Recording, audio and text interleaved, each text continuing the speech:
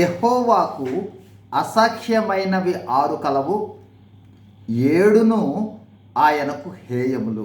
సామెతల గ్రంథము 6:16. దేవుడు అసహ్యించుకునేవి 6 ఉన్నాయని అంటూ ఈ 7 దేవునికి హేయములు అని వాక్యం సెలవిస్తోంది. ఈ 7 అంటూ సామెతలు 6:17 నుండి 19 వచనాలలో 7 గుణాలను తెలుపుతూ ఉన్నాడు సామెతల గ్రంథకర్త సొలొమోను మహారాజు. అవేమంటే, 1 అహంకార దృష్టి, అంటే గర్వపు చూపులు. 2 కల్లలాడు నాలుక, అంటే అబద్ధములాడు నాలుక. 3 నిరపరాధులను చంపు చేతులు. 4 దుర్యోచనలు యోచించు హృదయము, చెడ్డ యోచనలు చేసే హృదయం.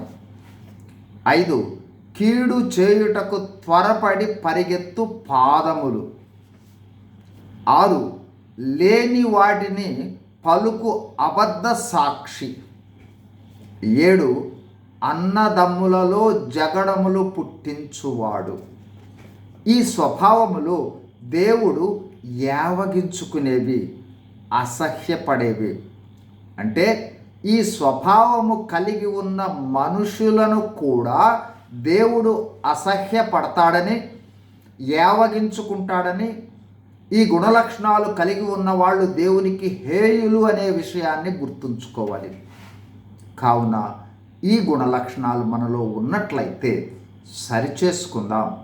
యేసు ప్రభువారి రక్త ప్రోక్షణలోనికి వద్దాం. సరిచేసుకొని ఈ గుణాలు లేకుండా జీవిద్దాం.